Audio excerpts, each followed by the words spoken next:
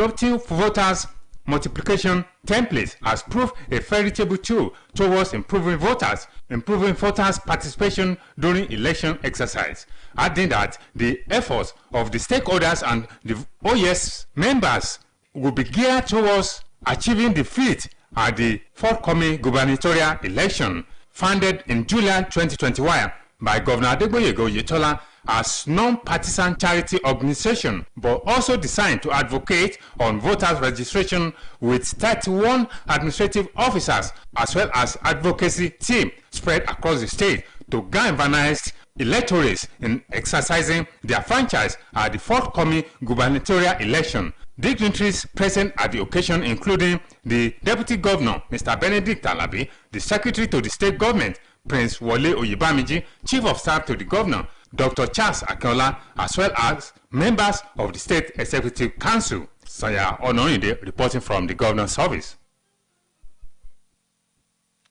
Governor Adegboyega Oyetola has reiterated that his administration will continue to strive towards ensuring the overall welfare of workers and pensioners, as well as meeting the yearnings and aspirations of the people across the state. The governor gave the assurance today while at the multipurpose hall of Local Government Service Commission during the presentation of bonds certificates to the retirees across the government parastatals. Governor's Office correspondent Saya Onorinde now reports.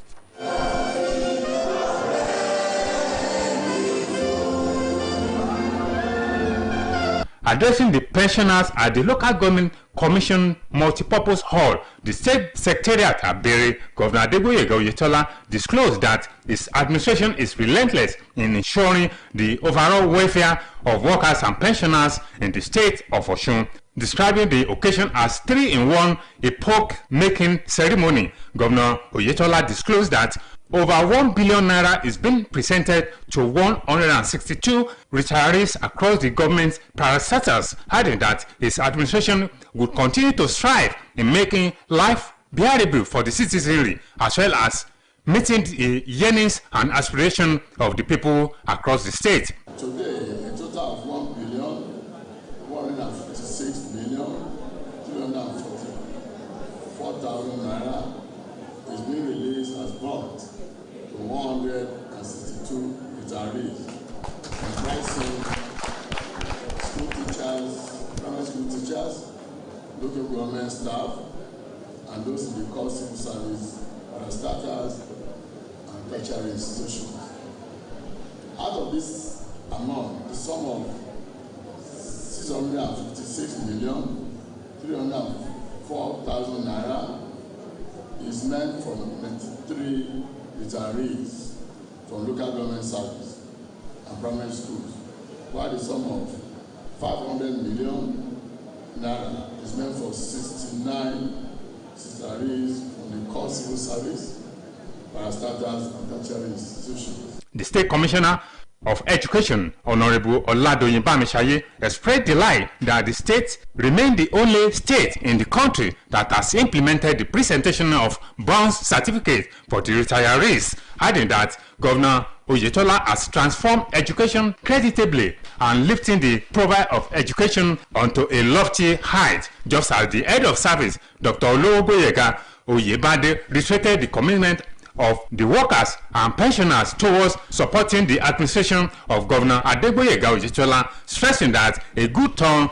deserves another. In their goodwill messages, Comrade Kayode Aliu, Comrade Jacob Adekomi, Comrade Kabiru Adekomi, Comrade Olasegun Lano lauded Governor Adegboyega Oyetola for prioritizing the overall welfare of workers and pensioners since assuming the mantle of leadership in the state of Osun, stressing that workers and pensioners would sincerely reciprocate the good gesture in ensuring continuation of good governance under the leadership of Governor Adegboyega Oyetola. Also in attendance at the presentation of bond certificates to the retirees were the wife of the governor, Mrs. Kafayat Oyetola, the Deputy Governor, Mr. Benedict Alabi, the Secretary to the State Government, Prince Wole Oyebamiji, the Chief of Staff to the Governor, Dr. Charles Akinola, Senator Ajibola Bashir, members of the State Executive Council, members of the State House of Assembly, members of the National Assembly, as well as the leadership of the All Progressive Congress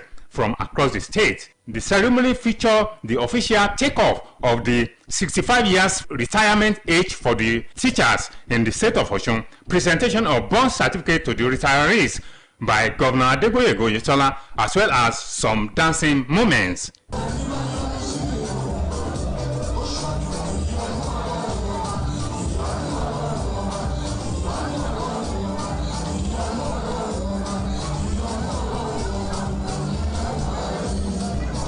Saya Onorinde reporting from the Governor's office.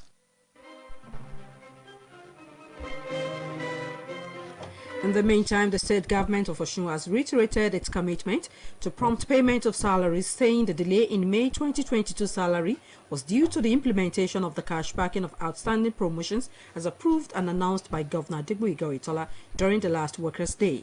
This is contained in a statement signed by the Commissioner for Finance, Mr. Bola Oyebamiji, and made available to newsmen in Osogbo by the Permanent Secretary in the Ministry, Mrs. Adebimpe Ogunlumade. While apologizing to workers for the inconveniences caused by the delay, the Commissioner explained that it was largely due to the new wage bill figure, which has to be meticulously followed and implemented to avoid inconsistencies and errors. The state government, through the statement, thanked the workers for their patience and perseverance, stressing that the administration of Governor Adegboyega Oyetola will continue to take their welfare as paramount. The immediate past Accountant General of Osun State, Mr. Sunday Igbarola, has admonished civil servants to be diligent in their duties to the state and services to humanity. Mr. Igbarola gave the admonition at a dinner organized to appreciate his meritorious service in the state and to welcome the new Accountant General, Mr. Olalere Alabi. OSBC News reporter Ayobami Akomalafe's report is presented from our studios.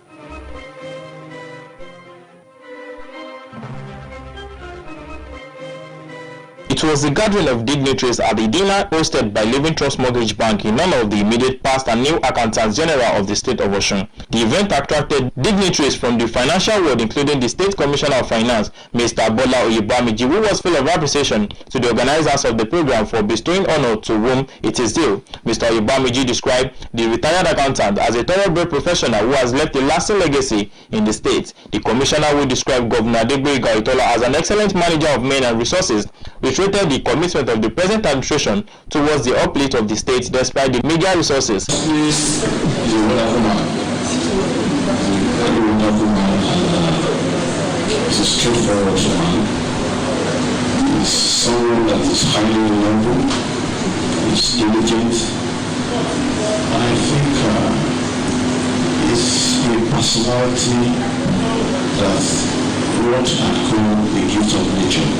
In his remarks, Chairman of the bank, Mr. Adebayo Jimo, lauded Mr. Igbarola for the immense contributions and show of love exhibited towards the bank, which ensured a successful collaboration during his time in service, and expressed hope that the cordial relationship will be sustained. In his response at the event, Mr. Sunday Igbarola expressed gratitude to the officials of the bank for their constant support during his time as the Accountant General, and believed such success being recorded and attached to his office during his service years would not have been possible without their partnership and activeness. Always be here for us, your support day and night, as rightly said by my Oga. At any time, till any moment, when we are in a state of need and we call on Living Trust, you always answer our call. You never let us down. Speaking in the same vein, the new Accountant General, Mr. Olalere Alabi, appreciated the bank officials for such a memorable event put in place and pledged that his office will sustain cordial relationship that exists between the state government and the financial institution. In the bank, we believe in the support you are giving to the state government at large, because it depends too much on you, and you will not be disappointed. I believe you will continue that cooperation with us. The event climaxed with the presentation of awards and gifts to Mr. Igbarola for his meritorious service to the state. Similarly, the new Accountant General, Mr. Olalere, was also honored at the event.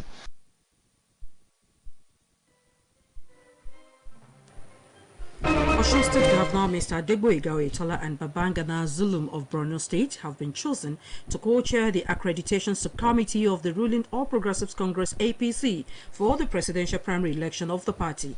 Also, Minister of Labour and Employment Dr. Chris Ngige and Professor Isaac Adewale are both co-chairmen of Medical Subcommittee. This is contained in a release by the National Working Committee of the party assigned by the National Publicity Secretary Felix Morka. The release also contains subcommittees such as budget, finance and logistics, security and compliance, election planning, among others. The Oloba of Obauke in Olorunda Council Development Area of Osun State, Oba Adams Iyola Bakare, has commended Senator Surajuddin Ajibola Bashir for his assistance in the restoration of electricity in the area. The Oba gave the commendation while receiving a sum of 450,000 naira from Honorable Kunle Akonde on behalf of the senator. According to the Honorable representing Olorunda State constituency, Senator Bashir said he was prepared to do more in making life comfortable for the community. It will recall that Obauke had been in total darkness in the past 6 weeks due to what experts believed to be a major fault of the transformers serving the town. The Minister of the Federal Capital Territory, Mohammed Bello, has said anyone who requests bail for arrested criminals only to release them back into the society should be apprehended. Mohammed Bello made the call when fielding questions from journalists at the 40th session of the State House Ministerial Briefing organized by the Presidential Communications Team in Abuja.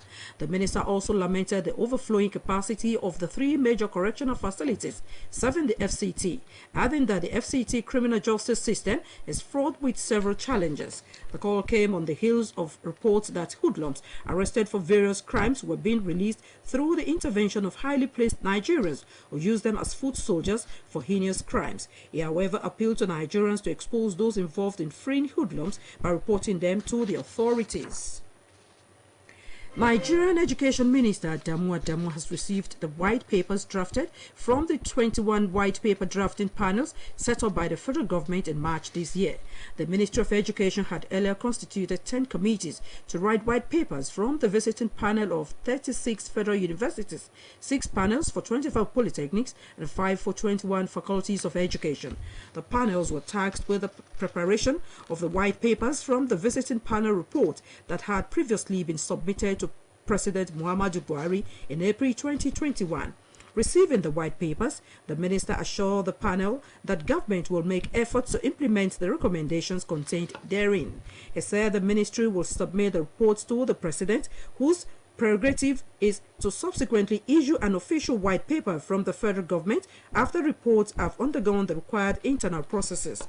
According to a publication on the website of the National Universities Commission, NUC, said that the minister received the white papers at the Idris Abdulkadir Auditorium located inside the Commission's headquarters in Abuja, the Federal Capital Territory, FCT. This is the news across the country, coming to you from Osun State Broadcasting Corporation. Ilea Wiye Okebale Oshobo, Voice of the West. Now, our mid-news message. To keep Nigeria one is a task that must be done by all and sundry. Play your part always. One of the agencies saddled with the responsibility of ensuring security of lives and property is the police. But Nigerians seem to have lost hope in the way some of the policemen and officers work, as the friend of the people now turns their worst enemy, all in the name of brutality. Saheed Adeboje in this report of the week takes a look at police brutality and view of an average Nigerian. Here is Saeed's report. Over the years, Nigeria has been rocked by nationwide protests over police brutality following claims of violence, sexual assault, and kidnapping. At the beginning, it was against a special unit called Special Anti-Robbery Squad, SARS. Police are your friend. A slogan used by the Nigerian police force has become a contradiction. Slogans like this have lost their meanings on Nigerians due to the inhumane treatment they suffer at the hand of their supposed friends. Police brutality has been a serious challenge in Nigeria, no doubt. The police force, who have been entrusted with protecting lives and property, have allegedly abused their power. For instance, they have been alleged of using force beyond the limit permissible by law, infringing on the rights of innocent civilians and causing a lot of harm and pain to the people. There have been cases of sexual assault, injuries and death, often the result of stray bullets and mistaken identities. Over the years, there has been an insatiable feelings in distrust as cases like this keep occurring. Hence, the relationship between the Nigerian police and citizens are largely characterized by suspicion, prejudice, brutality, and violence. They use comb and blade to barb you. Last skin. They don't want BS. They don't want air on your head. I don't know the reason why they do that. Everybody hands up as if we are criminal. Everybody down. Everybody stop there. Everybody lead down there. You're with gun and handcuffs. What happened, Oga officer? With this brutality continue, an international rights activist, Comrade Wale Ogunlana, while speaking with this reporter, said that it is high time police brutality became a thing of the past. Comrade Ogunlana, who noted that many lives and properties have been lost to brutality, called for a reform in the police to sanitize the job of securing the citizenry. Police brutality continues unabated. The basis of the brutality of citizens by various divisional police stations, we are aghast that none of the security agencies has given any security update on this development. Though the police authorities always assure the citizenry that no policeman caught in the act of brutality will go unpunished. But the question begging for an answer is, when will the heinous act of police brutality end in the country called Nigeria? For OSBC Report of the Week, this is Saeed Adeboje reporting. A federal high court in Abuja has scheduled hearing for tomorrow in the extradition proceedings initiated against suspended Assistant Commissioner of Police ACP Abba Kyari by the federal government. Justice Inyang Ekwo chose the date today to enable the Attorney General of the Federation file a formal response to Kyari's notice of primary objection challenging the competence of the extradition application filed by the AGF. The AGF applied to the court for permission to surrender Kyari to authorities of the United States in relation to his alleged link with international fraud suspect Abbas Ramon, otherwise known as Hush Puppy. An Ado-Ekiti High Court has sentenced the 29-year-old farmer Toby Owajilu to 10 years imprisonment for raping a 17-year-old girl. Police charged Mr. Owajilu with rape in contravention of Section 31, subsection 2 of the Child Rights Act, Cap R7 Ekiti State Laws 2012. The judge, Adeniyi Familoni, held that the prosecution proved rape against Mr. Wajilu beyond a reasonable doubt and did not give the convict an option of fine. To prove his case, the prosecutor, Taiwo Ajibulu, called 5 witnesses and presented the defendant's statement, medical report, and underwear as evidence. The convict spoke through his lawyer, Benga Biola, in his own defense, but did not call any witness. A commercial bus driver and female Sacho water hawker have reportedly died in multiple accidents along Oka-Onitsha Expressway, Upper Iweka, Onitsha, Anambra State. The crash involved 4 vehicles, a truck, 2 commercial buses, and a private car. Eyewitness accounts said that the truck laden with building materials rammed into 3 stationary vehicles along the highway following brake failure. A driver of one of the affected buses who sat inside waiting for his turn to load and a girl hawking sachet water along the road were killed by the truck. Also, an unidentified motorcyclist was crushed to death by an articulated truck near Government House along the Enugu-Onitsha Expressway, Oka, the state capital. Newsmen gathered that the cyclist was heading towards Onitsha axis when it was hit by a car trying to maneuver its way. Confirming the Onitsha crash, Sector Commander, Federal Road Safety Corps, Adeoye Irelewuyi, attributed the cause of the crash to loss of control and brake failure. The Super Eagles will play their second friendly game tonight when they file out against Ecuador. It will be second game in charge for new coach Joseph Persero. Adeyemi Aboderi has the details. New Super Eagles coach Jose Pesero will seek to record his first victory with the team when they file out against Ecuador in an international match in USA tonight. In what was coach Jose Pesero's first outing with the squad, and under threat, Super Eagles put up a gallant fight, but were unlucky to lose 1-2 to Mexico in a game of 2 halves in Dallas on Saturday. England-based forward Emmanuel Dennis has joined the team, and defender Ola Aina has shaken off a knock to train with the squad. A total of 20 players are now available to Pesaro to pick from against the South Americans, known for their pace, poise and power. The match against the Ecuadorians come exactly a week before the Super Eagles tackle the Leon Stars of Sierra Leone at the MKO Abiola National Stadium, Abuja, in their opener to the 2023 African Cup of Nations qualifying series. Meanwhile, the federal government has signed a bilateral agreement with Spain, which include a memorandum of understanding on sports. The bilateral agreement between the two countries is historic considering the fact that both countries are from different continents. The agreement borders on mutual assistance in criminal matters, extradition and transfer of sentenced persons, and sports. This was done in Madrid, Spain, as President Muhammadu Buhari attends World Tourism Organization meeting in Spain. This agreement will boost the already existing partnership between the Nigerian Professional Football League and La Liga, which has seen the two sides collaborating on football development.